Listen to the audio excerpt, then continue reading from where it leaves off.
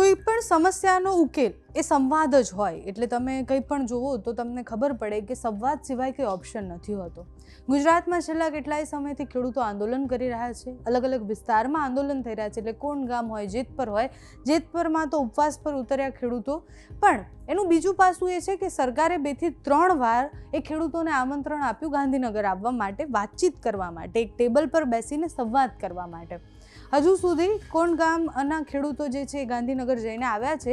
જેતપરના ખેડૂતોએ સરકાર સાથે વાતચીત નથી કરી. જેતપરના ખેડૂતોને 2 થી 3 વાર એવો પ્રસ્તાવ આપવામાં આવ્યો છે કે તમે ગાંધીનગર આવો અને આપણે એક ટેબલ પર બેસીને વાતચીત કરીએ. લેખિતમાં પણ હવે ઉર્જા વિભાગ દ્વારા એક પત્ર કલેક્ટર લઈને ત્યાં ગયા હતા, આંદોલનની જે છાવણી બનાવી છે ત્યાં, અને એના પછી પણ જેતપરના ખેડૂતો હજી સુધી સંવાદ કરવા માટે તૈયાર નથી. જેતપરના ખેડૂતોની પણ પોતાની અલગ અલગ માંગણી છે ને એમની વાત પણ એવી છે કે અમે સરકાર સાથે ત્યાં સુધી વાતચીત નહીં કરીએ જ્યાં સુધી સરકાર લેખિતમાં અમને એવું નથી આપતા કે તમારા આટલા મુદ્દા અમે સ્વીકારીશું. હવે આટલા દિવસથી ચાલતો આંદોલન, અને આંદોલનમાં પણ ખેડૂતોનું એવું કહેવું છે કે અમારી આટલી 6 માંગણીઓ છે, સરકાર અમને લેખિતમાં આપે કે અમારી આટલી માંગણીઓ પર ચર્ચા થવાની છે તો અમે ચર્ચા કરવા જશું, બાકી અમે નથી જવાના. હવે જ્યારે આવું આંદોલન ચાલતું હોય ત્યારે મોટાભાગે જે સંવાદ થતા હોય એ નેગોશિએશન જેવા સંવાદ હોય. એટલે ખેડૂત 6 માંગણી લઈને જાય અને એમાંથી 3 થી 4 માંગણી પર સરકાર એવું કહે કે આપણે આના ઉપર નિર્ણય લઈશું, 2 થી 3 માંગણી પર એવું કહે કે આ ભવિષ્યમાં આપણે આના વિષય પર વાત કરીશું. હવે સંવાદ થાય તો પછી આ ટેકનિકલ મુદ્દાઓ જે છે, કારણ કે આ વિષય એવો છે વળતરવાળો જે ખૂબ ટેકનિકલ પણ છે, કાયદાકીય રીતના પણ લડવાનું હોય છે આમાં, તો સરકાર સંવાદ માટે પ્રસ્તાવ મોકલે છે. જેતપરના ખેડૂતોએ હજી સુધી એ પ્રસ્તાવ સ્વીકાર્યો નથી કે ગાંધીનગર આવીને વાતચીત કરશે. કેમ વાતચીત કરવાની ના પાડી રહ્યા છે, કેમ ગાંધીનગર જવાની ના પાડી રહ્યા છે, એ જેતપરના એક ખેડૂત સાથે મેં વાતચીત કરી છે, તે સાંભળો. જેતપરના ખેડૂત આપણી સાથે જોડાયેલા છે. રાજુભાઈ, સરકાર સતત પત્ર મોકલી રહી છે, કલેક્ટર પણ 1-2 વાર આવીને ગયા, તો ખેડૂતોની માંગણી શું છે અને કેમ સંવાદ માટે ખેડૂતો રેડી નથી થયા? ખેડૂતોની માંગણી એક જ છે બેન, કે તમારે શું દેવાનું છે, ગુંદી દેવાની, ગાંઠિયા દેવાના, લાડવા દેવાના, જે દેવાનું અમને ક્લિયર સ્ટેન્ડ આપે કે તમને ભાઈ લાડવા દેવાના, ગુંદી દેવાના અમને લેખિતમાં અમારે જોઈએ છે, મૌખિકમાં અમારે કાંઈ જોતું નથી. તો લેખિતમાં કાલે લેટર પણ આપ્યો ને તમને? લેટર આપ્યો તો એ તો અમને ગાંધીનગર બોલાવ્યા તેનો લેટર હતો. તો ખેડૂત જવાના ગાંધીનગર બેઠક કરવા માટે આવો એનો લેટર હતો. ખેડૂત જવાના ગાંધીનગર લેટર આવ્યો છે? નથી જવાના ના.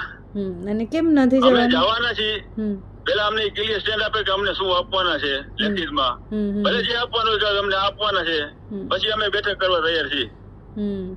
કેટલા દિવસ થયા આજે આંદોલનને? આંદોલન આમ તો મહિનો થયો શરૂઆત કરી એને, પણ આ જે છાવણી કરી એને 15 દિવસ થયા, 12-15 દિવસ. ઉપવાસ આંદોલન વાળા 11મો દિવસ છે આજે. અને રાજુભાઈ, મુખ્ય કયા મુદ્દા છે જે તમે એવું કહો છો કે સરકારે આ મુદ્દા ઉપર નહીં સાંભળે તો વાતચીત નહીં કરી? અમે 6 મુદ્દા કલેક્ટર સાહેબ ને પણ આપ્યા લખી, અને જે ઓલા આપ્યા સરકાર પાસે પડ્યા છે મુદ્દા, એ મુદ્દાનું અમારી માંગણી છે. માંગણી સ્વીકારી એટલે અમે રેડી છીએ, લેખિતમાં આપી દે કે ભાઈ આવો તમને સ્વીકારી દીધા મુદ્દા છે. મૌખિક અમારે કાંઈ પણ લેવાનું નથી થતું, લેખિતમાં આપે જોઈએ અમારે. અને કલેક્ટર કેટલી વાર આવ્યા ત્યાં? કલેક્ટર એકવાર આવી ગયા, એસડીએમ સાહેબ આવી ગયા 3-4 વખત. અચ્છા, અને એ શું તમારી સાથે વાતચીત કરે છે કે સરકાર તરફથી શું સંદેશો મળ્યો છે? આજ બસ અહીંયા ગાંધીનગર હાલો બેઠક કરીએ. અને જેતપરના ખેડૂત રેડી નથી ને ગાંધીનગર અત્યારે જવા? કોઈ નથી અમારે, નેવુલભાઈ નથી, કમિટી નથી, કોઈ ખેડૂત, કોઈ ગુજરાતનો કોઈ ખેડૂત મૌખિકમાં રેડી નથી. લેખિતમાં આપો, લેખિતમાં સંવાદ થશે, મૌખિકમાં કાંઈ નહીં. અચ્છા, એટલે તમારે પણ આમાં તો ટેકનિકલ ને બીજા બધા વિષયો પણ છે, તો બેસીને વાતચીત કર્યા વગર તો કેવી રીતના થશે એમ? અમે રેડી છીએ. 6 મુદ્દા અમને દીધા, એ કે 6 મુદ્દામાં કેટલું આપવાનું હોય તો કેવું છે ને, અમે ગુંદી આપવાની, ગાંઠી આપવાની, લાડુ આપવાની, જે આપવાનું હોય અમે લેખિતમાં આપે ને તો અમે જવા તૈયાર છીએ. ઓકે. એને કાંઈ મૌખિકમાં તો કાંઈ અમને વિશ્વાસ નથી આવતો મૌખિકમાં. અચ્છા, એટલે તમને એવો વિશ્વાસ નથી કે તમે મીટિંગ કરશો ને એના પછી પણ કોઈ નિર્ણય લેવાશે, એવું કેવું થાય? નહીં, મૌખિકમાં કોઈ પણ જાતો ઘણા બધા ગામના જેવા, કોંટના જેવા, દ્વારકા, હાપકડા બધા જેવા, બધા એમને પાછા જ આવ્યા. ઓકે, એટલે મૌખિકમાં અમે કાંઈ કરવા માંગતા નથી. Okay, thank you so much Rajubhai.